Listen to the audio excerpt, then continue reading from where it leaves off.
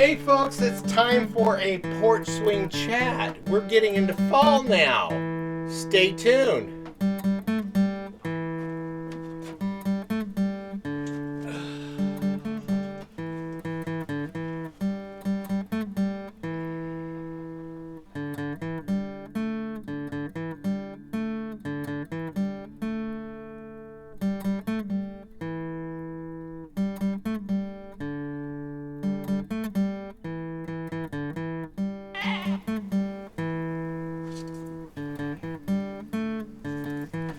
Hello, welcome back to Pine Meadows Hobby Farm. I'm your host, Jerry Hansen. Yep, it's getting into fall. Time for a porch swing chat and get you guys caught up on what's happening here on the homestead, and let you in on a couple of things that I need to talk about. Number one on the list is, you notice I've been losing weight. Gosh.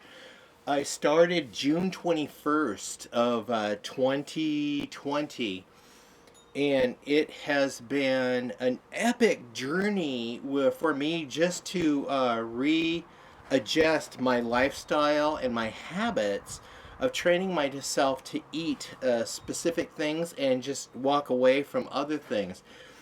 And yeah, so far I lost approximately 80 plus pounds since this video right here, and this was Easter of 2020. Yes, and this is what I look like then, and of course you see me now. I feel so much better, and I've taken you guys on that journey throughout the past year and a half up until now on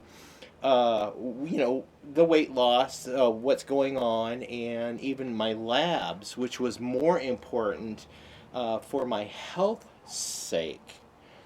That was very important because some of my longtime viewers know I have heart problems, and I have a pacemaker, and I've been in cardiac arrest 3 or 4 times, I can't remember, but I have been dead and resuscitated on those occasions, and so that's why I work in a medical field, that I'm within steps of a crash cart. That way, if case something else happens to me, I have the experienced staff around me to be able to intervene and keep me on this side of the grass.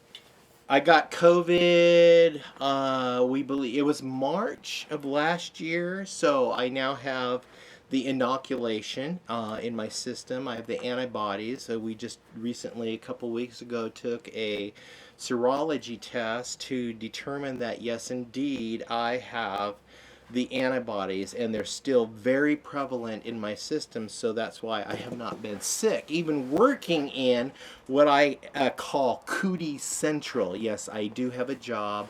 I do work in the hospital, and there's a lot of people coming in and having problems with the flu, and some of them are expiring as a result of the flu, and it's just sad to see.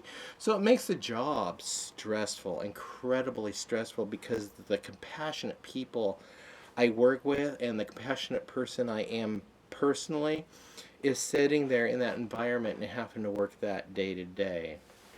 But then I do come home to my homestead in the wilderness, and I sit here on my back porch, or I go out and do various activities around the homestead, and it's a way for me to decompress. Unfortunately, this past year we've had fires, but fortunately we have not had a fire in close proximity to the homestead. Typically we have several fires within very close proximity, and this is the first year we've had fires that are, I would consider, at a safe distance. Anything 10 miles and over is safe, because we average 3 fires per year every single year in the entire 30 plus years I've lived up here in the wilderness, in this area. and we've had to evacuate several times. But the fires in our case right now are several miles away. The closest run right now is just a little over 10 miles. And depending on the wind direction, it'll blow smoke into our area and we'll get really smoky. And that's what makes it unpleasant to try to do homestead chores, because the smoke is too doggone thick to even get outside and breathe. But as a farmer, you got to get your chores done. So if I have to put a dust mask on to protect myself from the dust particles or the ash particles, so be it. The animals, I can't put masks on the animals. They just will not tolerate it. I just hope they're smarter to be able to survive it. Speaking of the animals, there are events that are happening right now with us personally that we're trying to navigate through, and that is looking at retirement, and things are more being forced upon us in that direction than what we want to. I personally am not looking forward to retirement. I don't like retirement. I'm the type of person, I love working.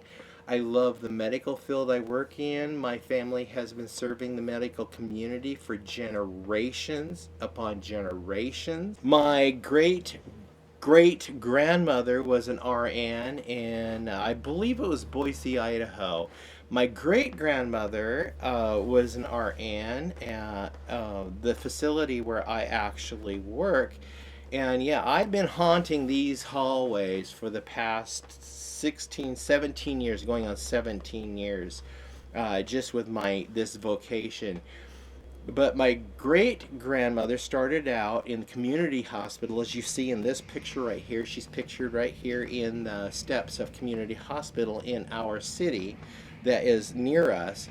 And then she later came to work at the big hospital, the same one I work at, when it opened its doors for business. So she was one of the first RNs there. My grandmother, her daughter, became an LPN at another religious local hospital and retired from that hospital. While she was working there, she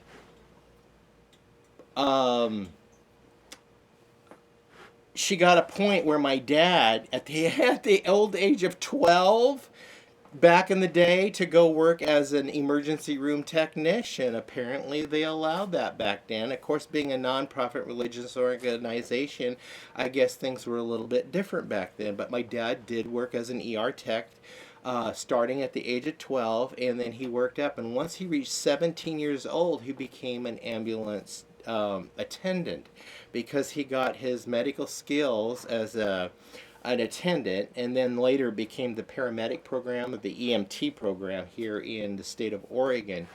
And he drove ambulance, and when he got inducted into the service, here you see him getting on the plane here at our local airport and being deployed. And then he was on the ship, actually out at sea, on his way over to Korea during the Korean conflict. And while he was at ship out at sea, they signed the Armistice Agreement, which is the ceasefire. So by the time he got to Korea, he served in the MASH units and just basically on the cleanup stages. So he drove ambulance over there. And remember that TV series MASH? M star, A star, S star, H? Yes. We had to sit down and watch that all the time, because that really brought back memories for my dad.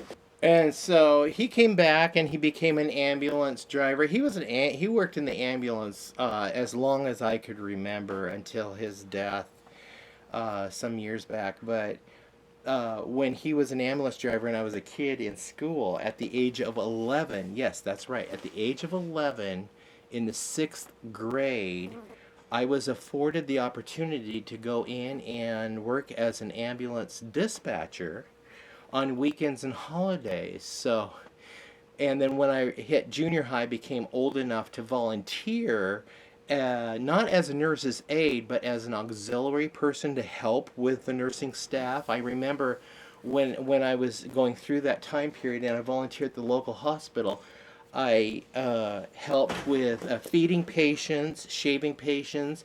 I remember even going in and recalling asking or having to transport a patient up to surgery, so transport tech.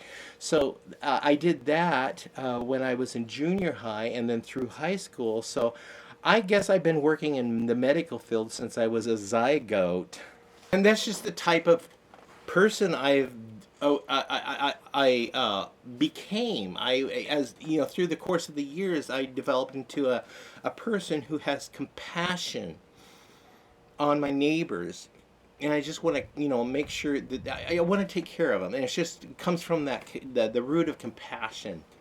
So, um, later on, I went into the army, and I was served some time in Korea myself, so I got to visit the actual 4077 MASH unit in Korea because I stationed not too far from there. I was actually stationed within about 9 miles from the North Korean DMZ, so I was in the DMZ. And we found out a couple years ago that I was actually exposed to Agent Orange, so I'm dealing with some medical issues as a result of that exposure. And there's more things that are coming up that's making us aware of what happened during my service and exposure to Agent Orange. So when I got out, I came home, I got married, had a family, and I got back into the medical field and blah, blah, blah. I ended up becoming a certified nurse's aide and a phlebotomist, and now I'm a monitor technician where I read and interpret electrocardiograms to watch people's hearts, and if there's something going on with their heart, I can get staff involved to intervene right away to keep them on this side of the grass. And you know what? I can't think of a more rewarding job or vocation for me personally than working in the medical field, because I have that desire to want to help people. And you kind of see that reflecting in my shows right here on YouTube. Is that I just want to reach out and help you guys. I don't charge for any of the stuff I've experienced or any, um, any stuff I want to convey to you, knowledge. Like, for instance, I put free information out through how a poor man can buy cheap property because we did it. I was able to find a creative way that was outside of the norm to be able to secure this land and then buy a house for cheap. I mean, I bought this house cheap. Folks, I bought this house for cheap. You're going to have to watch the videos. I got a series of videos that goes into detail and explains how I did it. But I share that knowledge with people for free, and you cannot believe the response I'm getting from people all over the world on that one video and how much they appreciate me taking the time and presenting this information to them and giving them hope and lifting them up. You know what? That's my medicine. It's just knowing that I'm affecting other people in a positive manner. That really helps my heart and my spirit. So I think it's genetics that we serve the medical community, because it has transferred down to my daughter and my son. They both became certified nurses aide. They both became had vocational skills in the medical field. My daughter still works in the medical field. My son worked as a CNA for a while. So he wants to go on, and I think he mentioned he wants to become a paramedic. So I think it's in our DNA. It's genetics, because it's gone on for generations. And now just recently, my granddaughter informed us that she has a desire to go into the medical field also. So as far as scientific studies go, I think this family is a good litmus test to indicate that, yeah, I think it's genetics. I really do think it's genetics, because we have that compassion. We love serving our community and their medical needs. So something else has come down the line. The flu, the pandemic. We get a pandemic about every 50 years. There was a pandemic in 1919. I have a video on my YouTube channel and I talk about the pandemic. Actually, my grandfather talks about the pandemic when he was 9 years old, living through the original swine flu pandemic in 1919. You can view that video through my. Well, as I'm painting, I paint and draw, and I read some chapters of his memoirs, and one of the topics covered the pandemic of 1919, and he tells how his whole community survived from what my grandfather had stockpiled and the knowledge that the local doctor had. And everyone in that community survived. So that was interesting. I did stockpile those very ingredients and put them in my medicine cabinet. And when I was sick, about March of last year, before we even knew there was a pandemic, about the third day, I mean, I was taking 3 naps a day on the couch. I was sick. And about the third day, I realized, oh, this must be the flu. So I got up. I got to the medicine cabinet and I made my grandfather's concoction. I started taking it, and boy, it kicked the butt out of that, whatever it was. And now we know, based on the serology test a couple weeks ago, I had COVID. Now I have the antibodies. I have been inoculated, and I have the immunities in my system. So I can go to work with peace of mind and not worry about getting infected.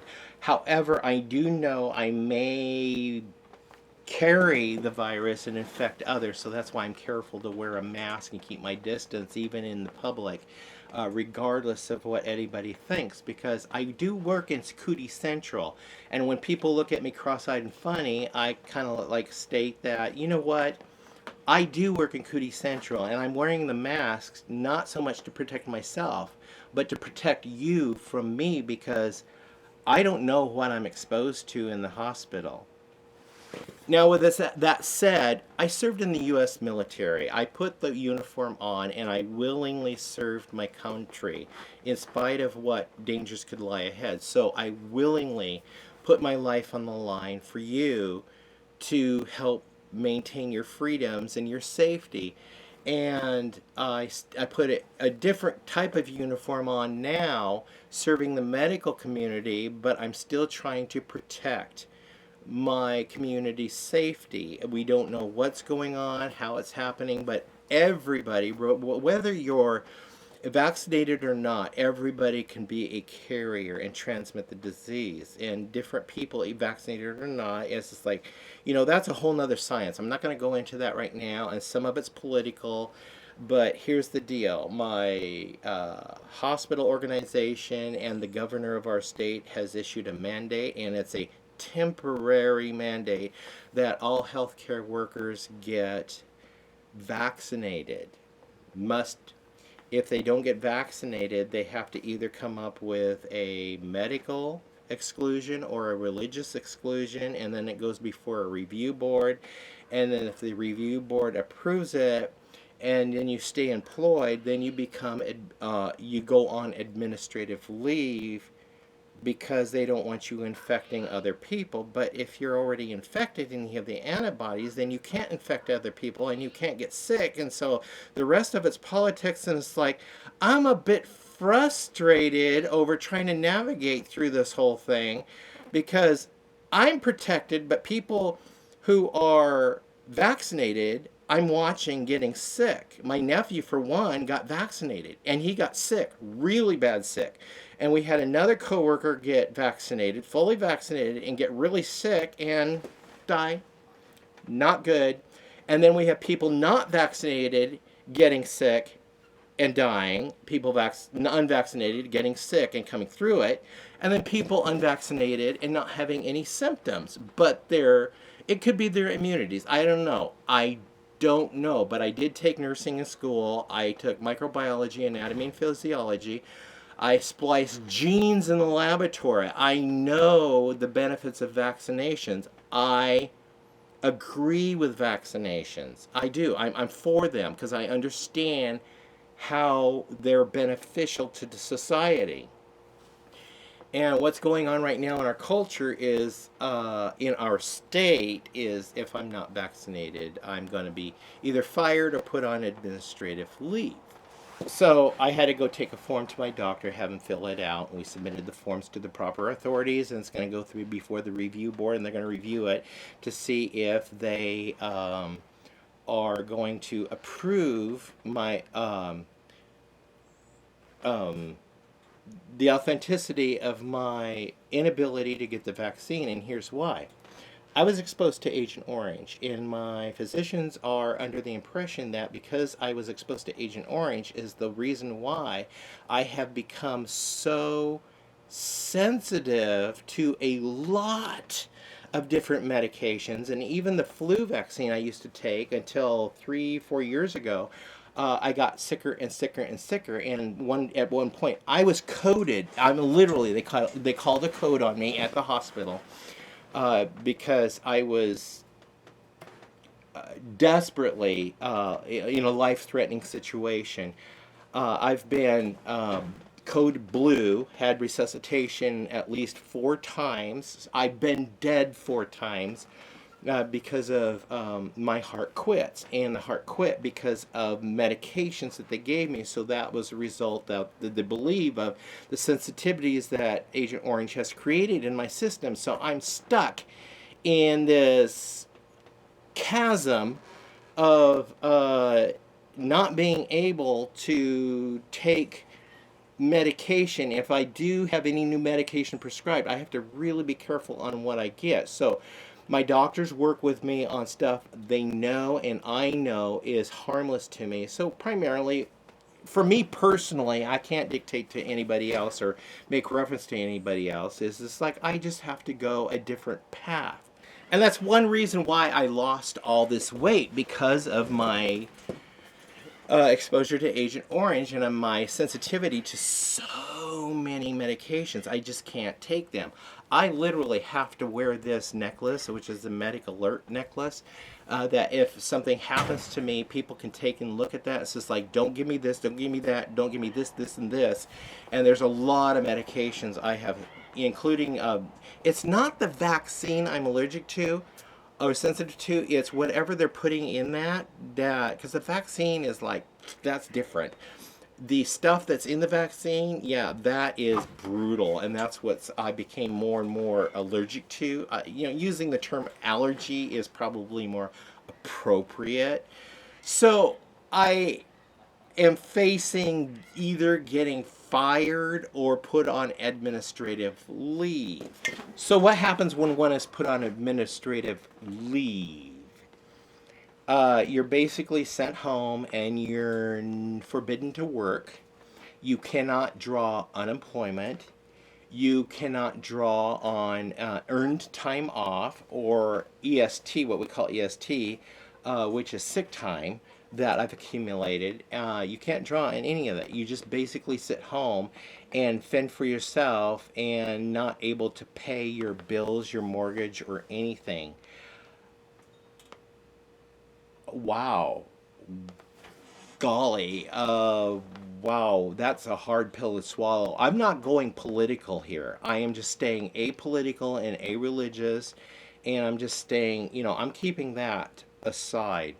But this is what I'm dealing with right now, and the press and the stressor. I said that right. The press and the stressor that I'm undergoing right now is unsurmountable. I have, I am almost to the cracking point where I'm this close to a meltdown. I don't know what direction to go. I'm just putting it in God's hands and letting the chips fall where they may, because I have zero control over this. Number one, I can't get the vaccine, and the requirement in our state is get the vaccine or get fired. Bottom line, no ifs, ands, or buts. Okay. Medically, I can't. It's impossible. I cannot get the vaccine. And I refuse to get the vaccine because I know its effect on me, it will kill me. But I also know I have been inoculated naturally, so my body's immunity is already empowered.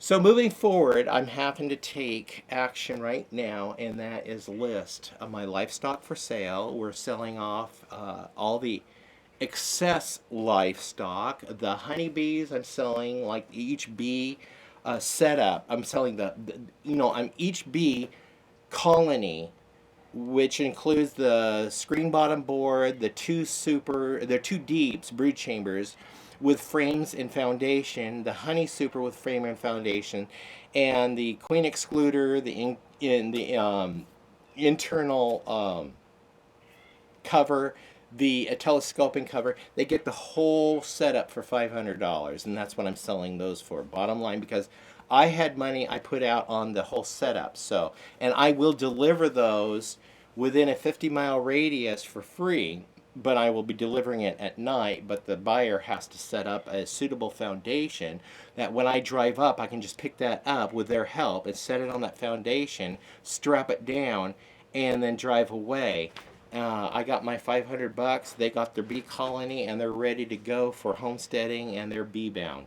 All the baby goats I'm selling, I'm only asking $120 for them. I'm actually discounting them because I need to get rid of them. I can't go into winter with all these mouths to feed, especially when I don't even know if I have enough income coming in to feed my family.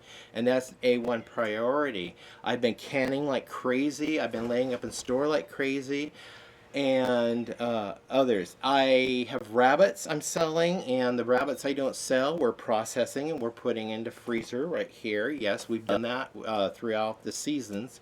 And then also turkey. I'm selling turkey. I've got 3 Toms or Jakes, and then 1 Jenny I'm selling. I'm keeping 1 Tom and 2 Jennies for breeding for next season.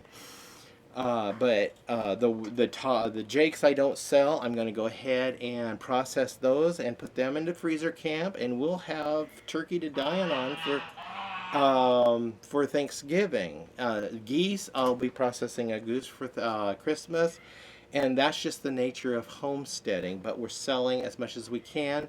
All that money will be going into paying the feed bill for the animals to get us through this really bad section. Now, with that said, I have a graceful out. I am of age. I can retire. I've already signed up for Social Security. I can initiate my Social Security retirement at any time. I'll go in more detail on that later, but I can suspend it. And also, I talked to my Human Resources HR department today, and I can, instead of going on administrative leave, I can actually retire that.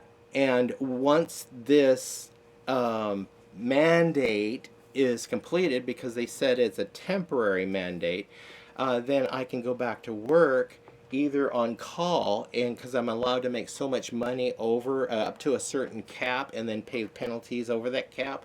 So that's well and fine, or I can get completely restored to my job in my same position once this mandate is lifted. And then also I can suspend my Social Security and start it up later once I really decide to retire. Now, I do have VA. I have some medical coverage through VA. So this is new uncharted territory we're navigating through. And that's why I am really, really, really nervous. And I'm being completely open and transparent with you guys. And so hopefully this information benefits a lot of you that are facing the same situation I am. I'm also selling assets. We've got the riding lawnmowers we're selling. I don't want to. I may even have to sell the tractor. But I have a buffer to pay the land, and I do have some YouTube income to be able to pay the land, so we can at least pay for the roof over our heads. I'll be completing my art projects and getting those in the galleries and getting those posted for sale so I can sell my art. I also have a book. I just need to buy a USP on it and get that into the publishers and get that published.